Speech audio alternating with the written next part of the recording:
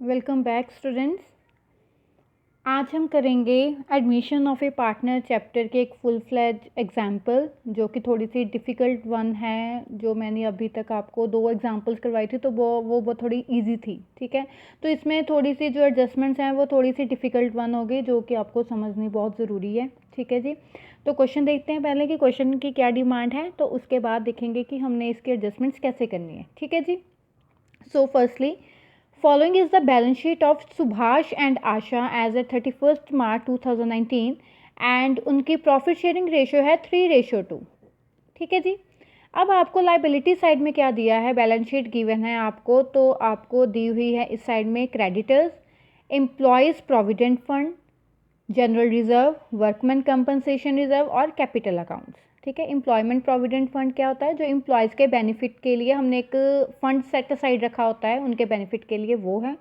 Workman compensation reserve मैंने आपको पहले भी बता दिया है कि वर्कमैन कंपनसेशन रिजर्व क्या होता है कि अगर फर्म में किसी भी पार्टनर को कुछ भी अगर हार्म होता है, कोई भी एक्सीडेंट, कोई भी ऐसी कोई चीज़ हो जाती है, तो उसे कंपनसेट करने के लिए, उसका इलाज करवाने के लिए, कुछ भी कोई भी प्रॉब्लम होती है तो उसका जो भी खर्चा आएगा वो हम करते हैं वर्कमैन कंपनसेशन रिजर्व में से। ठीक है जी, तो इस साइड में डेटर्स में से प्रोविज़न माइनस है, स्टॉक है, बैंक है, लैंड एंड बिल्डिंग है, प्लांट एंड मशीनरी और एडवर्टीजमेंट सस्पेंस है। एडवर्टीजमेंट सस्पेंस का मतलब ये है कि ये चीज़ जो है वो हमारी एक तरह की क्या है, लॉस की चीज़ है। तो ये अगर एडवर्टीजमेंट सस्पेंस अकाउंट आपको क्वेश्चन में शो होता है या फिर इस साइड पे profit and loss account show होता है, तो दैट मीन्स दोनों का मतलब ये है कि ये पार्टनर्स कैपिटल अकाउंट की डेबिट साइड में ओल्ड रेशियो में, ओल्ड पार्टनर्स में डिवाइड हो जाएगा।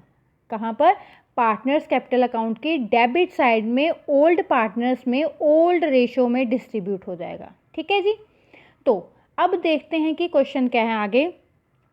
दे एडमिट तानिया, मतलब तानिया एक नई पार्टनर है। कब पार्टनर बनी वो? 1 अप्रैल 2019 को, फॉर 1/6 शेयर। अब उसका शेयर कितना है? 1/6 है। तो क्या डिसाइड हुआ है कि value of land and building भी इंक्रीज्ड बाय 3000, मतलब 3000 से इंक्रीज हुई है। So that means profit and revaluation account में हम अगर इसकी वैल्यू डालेंगे तो 3000 से ही डालेंगे। क्यों? क्योंकि 3000 से इंक्रीज हुई है, इंक्रीज इन एसेट हुआ है।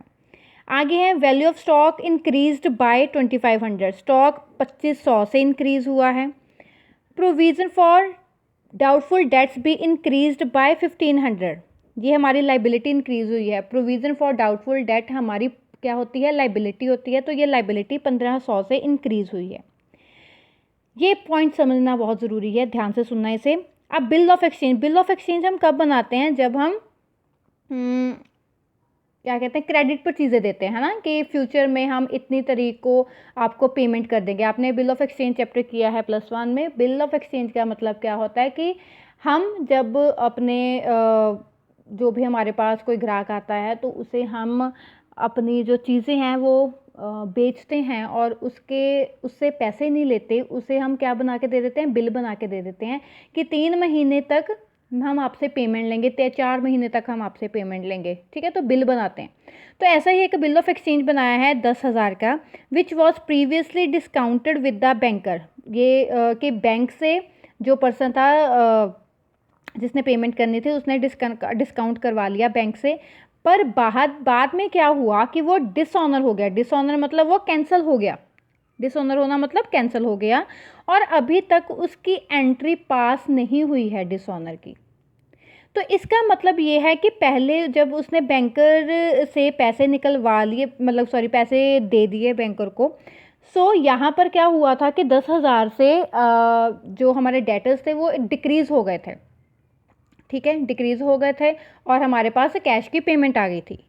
पर हुआ अब क्या कि वो तो जब हम वहाँ पर बिल लेके गए उनसे जब उनकी फाइनल डेट आई, जब बिल लेके गए, तो वहाँ पर हुआ क्या कि वहाँ पे बिल ही डिसऑनर हो गया।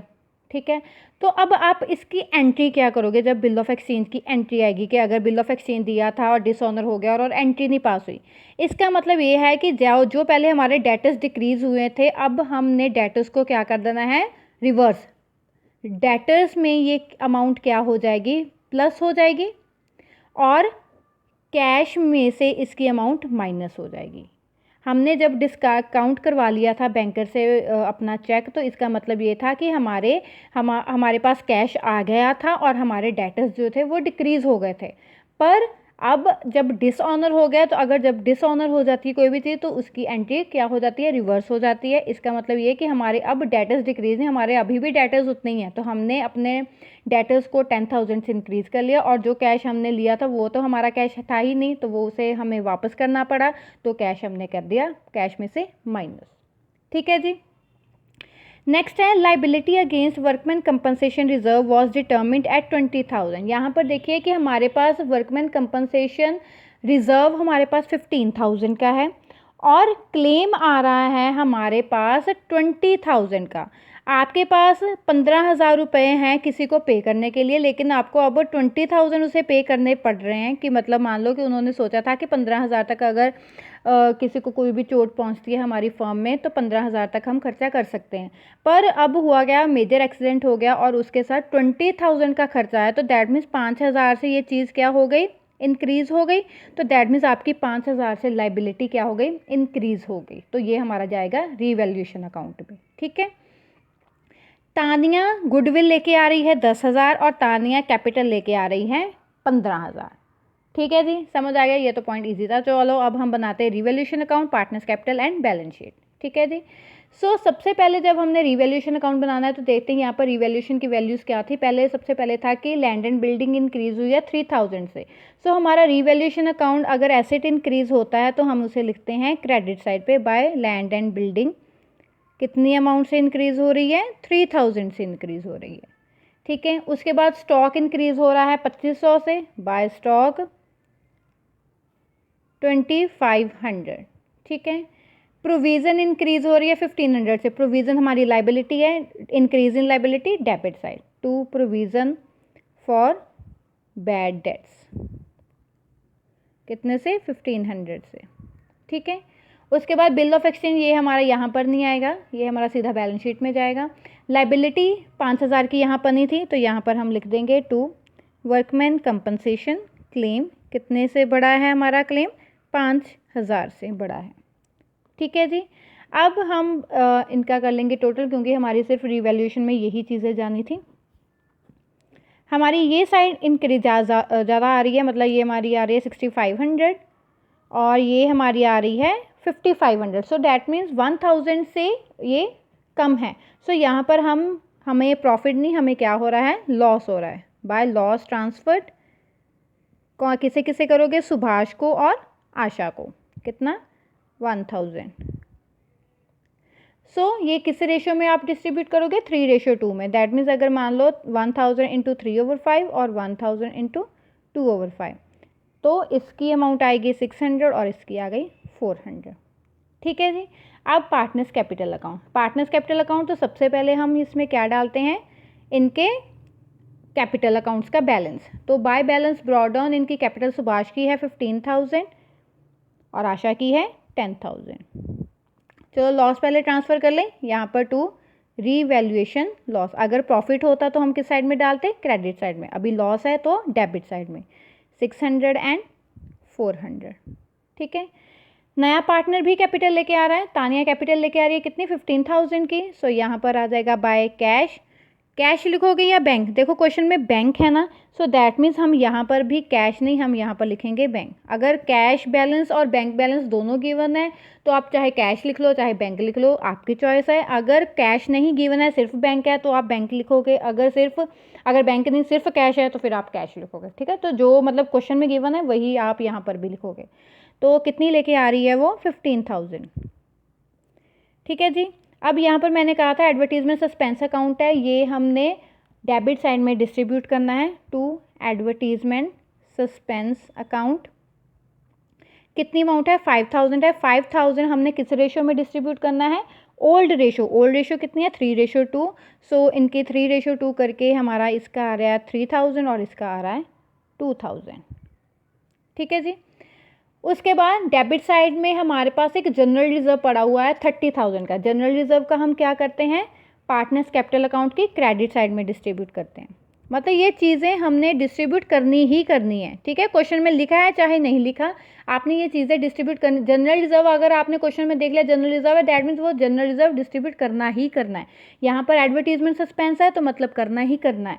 अगर यहाँ पर प्रॉफिट एंड लॉस अगर दिया होता तो भी वो यहाँ पर डिस्ट्रीब्यूट होता ही होता। मतलब ये चीज़ें मैंडेटरी हैं, ये आपको क्वेश्चन में गिवन नहीं होगी कि आप इन चीज़ों को डिस्ट्रीब्यूट करो, नो, ये चीज़ें गिवन नहीं होंगी। ये आपको अभी याद करना पड़ेगा कि ये चीज़ें हमने डिस्ट्रीब्यूट करनी है तो मतलब करनी ही करनी है, ठीक है जी। सो 30,000 को 3:2 में अगर आप डिस्ट्रीब्यूट कर रहे हो तो जनरल रिजर्व आ रहा है आपका 18,000 एंड 12,000, ठीक है जी। एम्प्लॉयज़ प्रोविडेंट फंड आपने डिस्ट्रीब्यूट नहीं करना, ठीक है, वो सीधा सीधा कहाँ पर जाएगा, बैलेंस शीट में। क्लियर।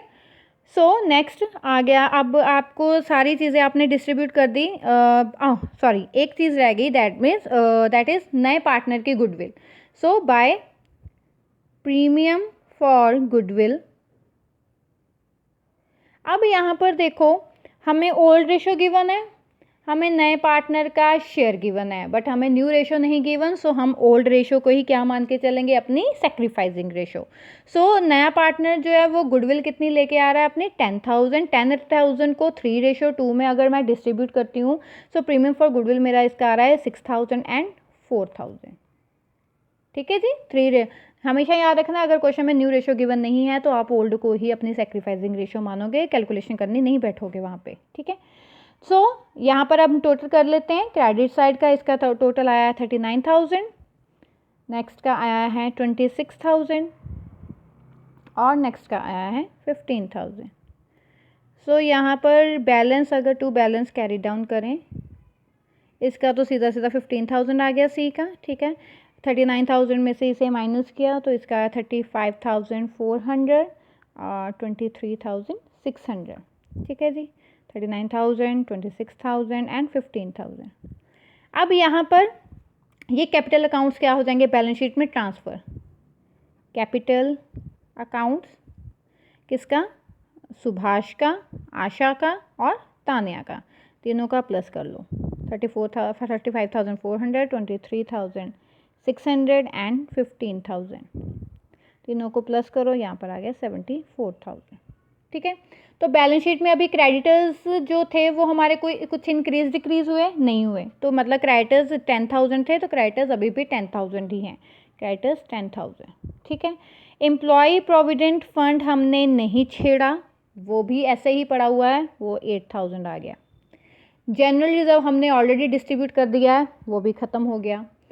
वर्कमैन कंपनसेशन रिजर्व हमारा 15,000 का पड़ा था, अब 5,000 से क्लेम जो है वो इंक्रीज़ हो गया, तो दैट मीन्स हमारा यहाँ पर अब वर्कमैन कंपनसेशन क्लेम लिखना है कि क्लेम हमारा है 20,000 का, ठीक है जी। रिजर्व ख़त्म हो गया, अब यहाँ पर हम क्या लिखेंगे, वर्कमैन कंपनसेशन क्लेम 20,000 से, क्योंकि 20,000 का क्लेम आया था, ठीक है जी।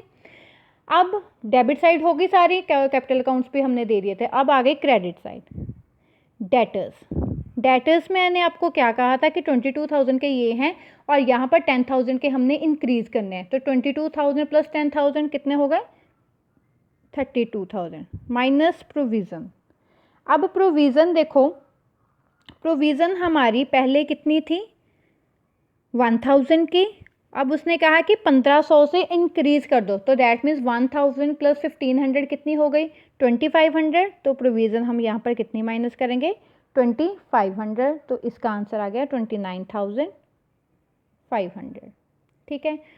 उसके बाद आ गया स्टॉक हमने 2,500 से इंक्रीज़ किया था, पहले स्टॉक कितना था 11,000 प्लस 2,500, तो स्टॉक आ गया हमारा 13,500। स्टॉक के बाद बैंक है, बैंक चलो बाद में करते हैं। देन लैंड एंड बिल्डिंग भी इंक्रीज़ हुई है 3,000 से। लैंड एंड बिल्डिंग हमारी पहले कितनी थी, 18,000 प्लस 3,000, सो आ गई हमारी ये 21,000। प्लांट एंड मशीनरी में कुछ चेंज नहीं है, कोई उसके रिलेटेड कोई भी इंफॉर्मेशन है, तो प्लांट एंड मशीनरी 12,000 की थी, तो अभी भी वो कितनी है, 12,000 की है। अब आ गया बैंक की खुद की अमाउंट कितनी थी, 21,000 प्लस प्लस हम क्या करते हैं, एक तो नए पार्टनर की गुडविल और नए पार्टनर की कैपिटल। उसकी नए पार्टनर की गुडविल कितनी है 10,000, नए पार्टनर की कैपिटल कितनी है 15,000। और इसमें से हमने माइनस क्या करना था, ये वाला कैश, कि जो ये कैश हमारा नहीं है, हमें वापस करना पड़ा ये 10,000, तो ये 10,000 यहाँ पर क्या हो जाएगा, माइनस हो जाएगा। सो ओवरऑल इसकी कैलकुलेशन करके हमारी जो बैंक की अमाउंट है वो कितनी बन रही है 36,000। ठीक है जी, सारी कैलकुलेशंस अब हो गई। तो अभी डेबिट और क्रेडिट साइड जो है वो हो गई बैलेंस। बैलेंस कितने से हुई 1,12,000 से। ठीक है जी, तो ये था आपका फुल फ्लैज क्वेश्चन। ठीक है जी, पहले रिवैल्यूएशन अकाउंट बनाया मैंने, फिर पार्टनर्स कैपिटल अकाउंट, फिर बैलेंस शीट बनाई। अभी मैंने आपको बहुत अच्छे से एक्सप्लेन किए हैं ये मेजर पॉइंट्स। ठीक है, एक चीज़ मैं और आपको एक्सप्लेन करना चाहती हूँ वर्कमैन कंपनसेशन रिजर्व के रिलेटेड ही। जैसे कि मान लो यहाँ पर क्वेश्चन में रिजर्व आपका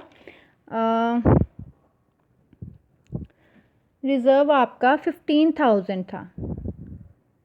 ठीक है, अगर मान लो कि यहाँ पर जैसे क्वेश्चन में क्लेम 20,000 आया था, तो आपने 5,000 से अपनी क्लेम अमाउंट इंक्रीज करके आपने रिवैल्यूएशन की डेबिट साइड में डाल दिया। ठीक है, यही क्वेश्चन था ना। पर मान लो कि अगर आपका क्लेम जो है वो आ जाता मान लो ₹10,000, जब क्लेम की अमाउंट कम होती है रिजर्व से, तो इसका मतलब कि आपके रिवैल्यूएशन अकाउंट में कुछ नहीं जाता।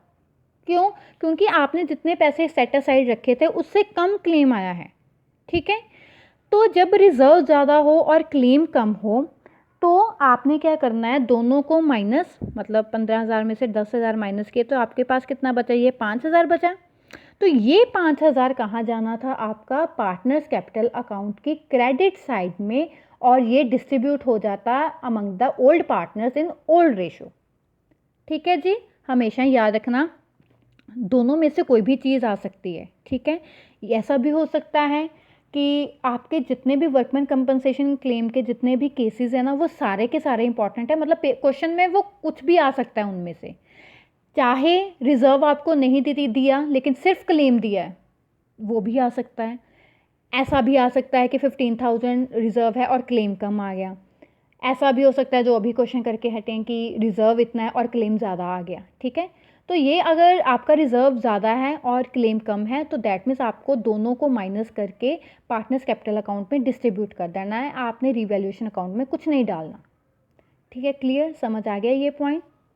तो इन्वेस्टमेंट फ्लक्चुएशन रिजर्व के पॉइंट में भी अगर आपको उसके रिलेटेड कुछ भी इंफॉर्मेशन आ रही है कि उसका भी कोई क्लेम आ रहा है, तो वो भी ऐसे ही करना है। अब इन्वेस्टमेंट फ्लक्चुएशन रिजर्व के भी हमने जितने भी पॉइंट किए थे वो सभी के सभी इम्पॉर्टेंट है। यहाँ पर इन्वेस्टमेंट के रिलेटेड कोई भी पॉइंट नहीं था, कोई क्लेम नहीं था, सो दैट्स वाई वो सीधा का सीधा बैलेंस शीट में चला गया। उसकी कोई भी अगर मान लो कि आपके पास वर्कमैन कंपनसेशन का रिजर्व होता और कोई क्लेम ना होता, तो भी आपने रिजर्व क्या करना था, सीधा सीधा बैलेंस शीट में, सॉरी आपने क्या करना था, वो रिजर्व जो था वो पार्टनर्स को डिस्ट्रीब्यूट कर देना था उनकी ओल्ड रेशो में। ठीक है, ओल्ड पार्टनर्स को। जो वर्कमैन कंपनसेशन रिजर्व के जितने भी पॉइंट्स हैं वो, और इन्वेस्टमेंट फ्लक्चुएशन रिजर्व के पॉइंट है वो, दोनों को बड़े ध्यान से देखो। मैंने आपको वीडियोस पोस्ट की हैं तो उन्हें भी दोबारा सुन लो, देख लो, अच्छे से कर लो, ताकि आपको उनके पॉइंट्स की क्लैरिटी हो सके। ठीक है जी, आपने ये जो 2 पॉइंट है एम्प्लॉय प्रोविडेंट फंड, और ये दोनों बड़े कंफ्यूजिंग होते हैं, बच्चे बहुत कंफ्यूज होते हैं इन दोनों में, पेपर में भी, टेस्ट में भी, और बैक एक्सरसाइज के क्वेश्चंस में भी। तो जब भी आप अगर क्वेश्चन में एम्प्लॉयज़ प्रोविडेंट फंड और वर्कमैन कंपनसेशन रिजर्व आ रहा है, तो ये आपकी ड्यूटी है पहले तो ये कि आपको टिप्स में रटा होना चाहिए कि अगर जो भी सिचुएशन आए तो आपने करना क्या है उसमें। अगर नहीं, सो प्लीज़ अपनी बुक खोलो और देखो जहाँ पर ये दोनों का जहाँ पर टॉपिक है वो खोलो और देखो कि अगर ये सिचुएशन है तो इसे कैसे डील करना है, इसे अकाउंट्स में कैसे डालना है। ठीक है जी, ये वाला जो पॉइंट था बिल ऑफ एक्सचेंज का, ये बस अब याद रखना कि अगर डिसऑनर हो गया तो डेटर्स में प्लस और कैश में से माइनस करनी ही करनी है ये अमाउंट। आपकी बैक एक्सरसाइज में ये इसके रिलेटेड एक क्वेश्चन भी है, तो आप करना, ट्राई करना, तो देखते हैं कि आपका आंसर आता है कि नहीं। ठीक है जी, क्लियर अब ये question. So thank you so much, thank you.